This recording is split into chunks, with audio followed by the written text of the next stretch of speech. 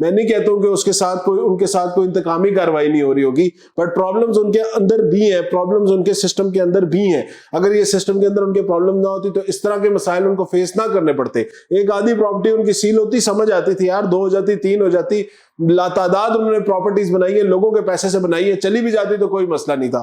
But اب جو ہو رہا ہے کہ پورے کا پورا پروجیکٹ, آپ لوگوں نے ٹویٹ بہت سارے لوگوں نے پڑھی ہوگی, نہیں پڑھی میں آپ کو سنا بھی دیتا ہوں. موٹی موٹی انہوں نے یہ باتیں کی ہے کہ جی میرے ساتھ انتقامی کارروائی کر رہی ہے, مجھے انتظامیہ پاکستان کی کام نہیں کرنے دے رہی, میرے جو پیسوں کی ریگولیشن تھی یا سرکولیشن تھی وہ بالکل رک چکی ہے, جس کی وجہ سے 50,000 کے قریب ایسے میرے کام کرنے والے لوگ ہیں جن کی تنخواہوں کے مسئلے بنے ہوئے ہیں. دوسری بات وہ یہ کر رہے تھے کہ ہمارے بہت سارے لوگوں کو ادھر قید میں کر لیا گیا, بہت سارے لوگوں کو اٹھا لیا گیا, دفاتر پہ چھاپے مارے جا رہے ہیں, ایک ہمارے خلاف جو ہے ثبوت اکٹھے کیے جا رہے ہیں. سب سے بڑی چیز یہ ہے کہ دیکھیں یہ سب چیزیں ہو رہی ہیں, ان میں سب سے بڑا یہ ہے کہ آپ فرنٹ فٹ پہ آ کے آپ کی چیز, آپ کے ساتھ اگر زیادتی ہو رہی ہے, آپ سامنے آ کے کھڑے کیوں نہیں ہوتے؟ آپ کوئی ایسے کوئی چھوٹے آدمی نہیں ہے کہ جن کے اوپر کوئی بھی بندہ ہاتھ ڈال سکے, کوئی ہماری طرح کے غریب بندہ نہیں ہے کہ جس کے گلا کوئی بھی آگے پکڑ سکے. آپ کے پاس نہ کرتے 200 سے 300 بندوں کی لیگل ٹیم ہے, آپ کے پاس ایسے لوگ ہیں جو آپ کی ہمیشہ سے حفاظت کرتے رہے ہیں. اس اسلام آباد پنڈی کے اندر ایسے لوگ بیٹھے ہوئے ہیں جنہوں نے آپ کے لیے لوگوں سے زبردستی زمینیں خریدوائی, لوگوں سے انگوٹھے لگوائے, رجسٹری انتقال لیے, لوگوں سے زمینیں لی. وہ لوگ بھی آپ کو ہی سپورٹ کریں گے. آپ کے پاس تو ایک پوری ٹیم ہے 1000-1500 بندے کی اس پنڈی اسلام آباد کے, تو آپ کے اندر پر ہاتھ ڈالنا اتنا کوئی آسان کام نہیں. اور دوسرا, آپ کے بڑے سے بڑا جو پاکستان کے اندر اس ٹائم بیوروکریٹ ہے ملک ریاض کے, ان کے ساتھ بہت اچھے ٹرمز ہیں. تو ایسا نہیں ہے کہ آپ کو کوئی ایک دن میں ہی اٹھا لے گا اور سارا سسٹم ہے. لیکن آپ جس طرح آپ دبئی میں بیٹھ کے اپنے بی ٹی پراپرٹیز کے نام سے پروجیکٹ کر رہے ہیں, آپ ادھر سے کروڑوں روپیہ اپنے لیے اگین سرمایہ کاری کر رہے ہیں, انویسٹ کیا ہے, لازمی بات ہے انویسٹ کیا تو اس کا ریٹرن بھی آئے گا. آج بھی لے رہے ہیں, کل کو بھی لیں گے. آپ کی اولاد, آپ کی فیملی تو سیٹل ڈاؤن ہو چکی ہے, لیکن ہر وہ بندہ جو پاکستان کے اندر, جو بیریا ٹاؤن کے اندر بیٹھا ہوا ہے, اس کی کیا سیکیورٹی ہے؟ وہ آج کے دن میں ابھی انہوں نے کہا جی ٹرانسفرز بھی بند ہو جائیں گی, سب کچھ بند ہو جائے گا, تمام تر بحریہ کا انتظام بند ہو جائے گا. راولپنڈی کے تو بہت سارے ان کے ہیڈ آفس اور بہت سارے اس طرح کی جو ان کے دفاتر تھے وہ آلریڈی بند ہو چکے ہیں. ٹرانسفر نہیں ہوگی تو وہ اس پراپرٹی میں اور ایک کسی انلیگل پراپرٹی میں جو اسلام آباد کے اندر یا اسلام آباد کے گرد و نواح میں ایگزسٹ کرتی ہے, آپ کی پراپرٹی میں اور اس کی پراپرٹی میں کیا فرق ہو جائے گا؟ نہ وہ بکتی ہے نہ آپ کی پراپرٹی بکتی ہے. آج لاتعداد گھر آپ کو بیریا ٹاؤن کے اندر بکنے کے لیے نظر آتے ہیں, پلاٹس نظر آتے ہیں, کوئی بندہ ادھر انویسٹ کرنے کو تیار نہیں. ایون ان کے وہ لوگ جو ان کے نام کے اوپر پروجیکٹس کے اندر انویسٹمنٹس کرتے تھے, آج کے دن میں وہ لوگ بھی آپ کو اپنے دفتر چھوڑ کے بھاگے ہوئے نظر آتے ہیں, کیونکہ آج سے سال پہلے 8 مہینے پہلے ان کو اشارہ دے دیا گیا تھا کہ آپ اپنی چیزوں کو وائنڈ اپ کریں اور میرے پیچھے دبئی آ جائیں, یا میرے پیچھے جو نیا پروجیکٹ ہم لانچ کریں اس کے اندر آ جائیں. تو موسٹلی لوگوں نے جو سمجھدار تھے, سمجھدار ہی کہوں گا, دیکھیں میں نے آپ لوگوں کو بہت عرصہ پہلے یہ چیز آئیڈیا دیا تھا کہ آپ لوگ اپنی پراپرٹیز کو سیل کریں, اس کے حالات صحیح نہیں بن رہے. ملک ریاض اس ٹائم گورنمنٹ کے ریڈار کے اندر آیا ہوا ہے. آپ لوگوں کو لگتا تھا کہ بہت بڑی چیز ہے, ان کو کوئی ہاتھ نہیں ڈال سکتا. جب ریاست آتی ہے کام کرنے پہ تو ریاست ہاتھ ڈالتی ہے, ٹھیک ہے, وہ اپنا پھر دکھاتی ہے, اپنا زور دکھاتی ہے, اپنا سب کچھ دکھاتی ہے. اب آپ لوگ ادھر سٹینڈ کر رہے ہیں, لے کے بیٹھے ہوئے نا جی ہماری ساتھ بھی 5 لاکھ روپیہ سستی بک رہی ہے, 10 لاکھ روپیہ سستی بک رہی ہے. اب جو حالات بن رہے ہیں, اب تو رجسٹری انتقال ہی نہیں ہو, اب جو حالات بن رہے ہیں اب تو آپ کی پراپرٹی ٹرانسفر ہی نہیں ہوگی. تو ایسی پراپرٹی کون خریدے گا؟ کون بندہ آج کے دن میں 1 کروڑ 2 کروڑ یا 5 کروڑ روپیہ لگائے گا ایسی پراپرٹی کو جو وہ اپنے لیے ٹرانسفر بھی نہیں کرا سکتا؟ مسئلہ تو بن گیا نا. مسئلہ آپ لوگوں کے لیے بنا, کچھ انہوں نے بنایا, کچھ آپ لوگوں کی لیٹ ڈیسیجن میکنگ نے بنایا, ٹھیک ہے. بہت عرصے سے میں آپ لوگوں کو کہہ رہا تھا اپنا ہاتھ نکالیں, اپنی پراپرٹیز نکالیں. مجھے اس چیز سے کیا فرق پڑ رہا تھا؟ مجھے اس چیز سے کوئی فرق نہیں پڑتا. دیکھیں آپ لوگوں کو چیز تھی, آپ لوگ فائدے میں بیچتے تو بھی آپ کا فائدہ نقصان ہوتا, آپ لوگوں کا نقصان بن رہا تھا. بٹ میرا مقصد یہ تھا ایٹ لیسٹ آپ اپنے سرمایہ کاری اور دلدل میں نہ پھنسائیں.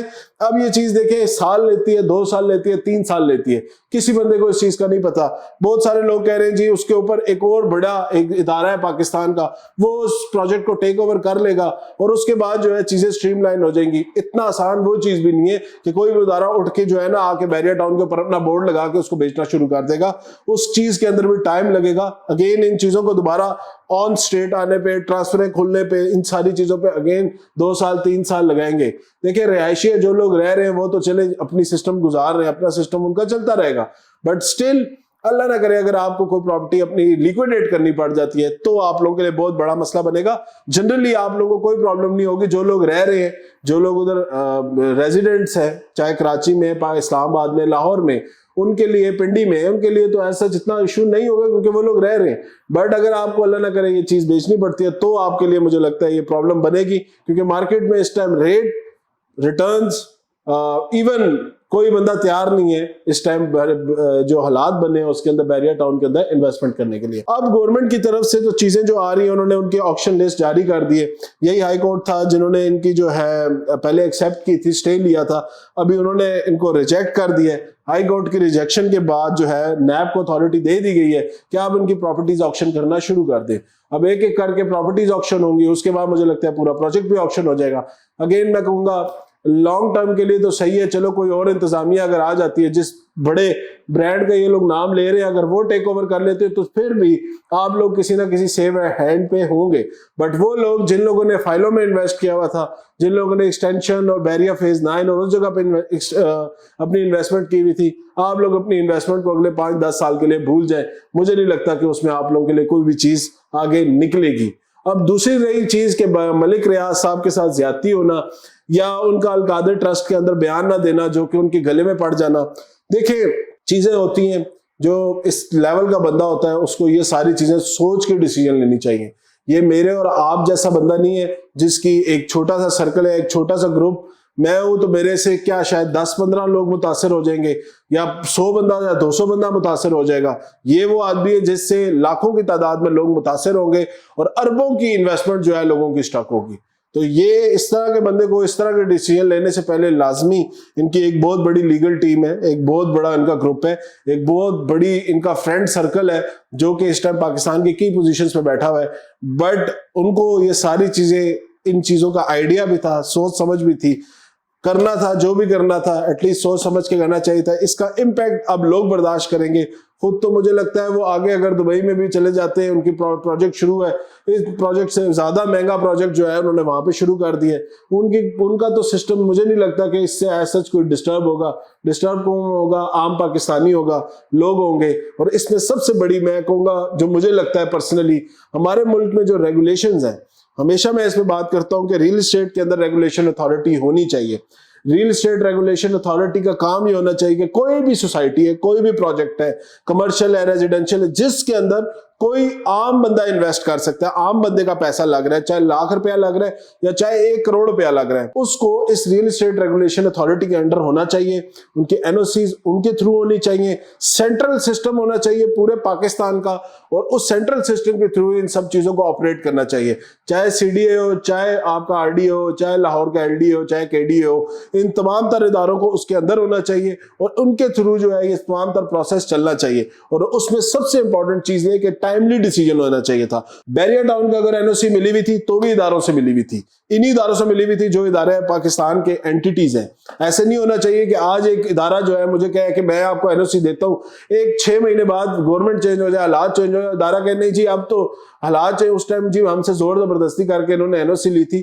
آپ اگر سرکاری دفتر پہ آپ کے اوپر زور زبردستی کوئی کیسے کر سکتا ہے؟ اداروں کو چاہیے کہ یار ایسا مضبوط ہے, ایک ادارہ ہو ایسا مضبوط ہو, ایسی ریگولیشنز ہو کہ جو بندہ ڈیلیور نہیں کرتا اس کو وہ مرغا بنائے ادھر ہی, اور جو بندہ ڈیلیور کرتا ہے اس کو آگے اس کو کام کرنے میں اور بھی زیادہ فیسیلیٹیٹ کیا جائے. اس طرح ہمارے ملک کے اندر بزنس بڑھے گا. ایسے نہیں بڑھے گا کہ کوئی بندہ پیسے دے کے اپنا کام کروا لے یا تعلق سے اپنا کام کروا لے. اس سے مجھے نہیں لگتا کہ ہمارے ملک پہ کوئی بہت اچھی یا مثبت تبدیلی آئے گی, یا ریل اسٹیٹ ڈیولپمنٹ کے اندر کوئی بہت مثبت تبدیلی آئے گی. تبدیلی تب ہی آئے گی جب ہم ایز اے پاکستانی یا ہم as a nation, as a government, ہم ان چیزوں کو سیریس لیں گے اور سیریس لے کے ہم اس کے اوپر ڈیولپمنٹ پہ کام کریں گے.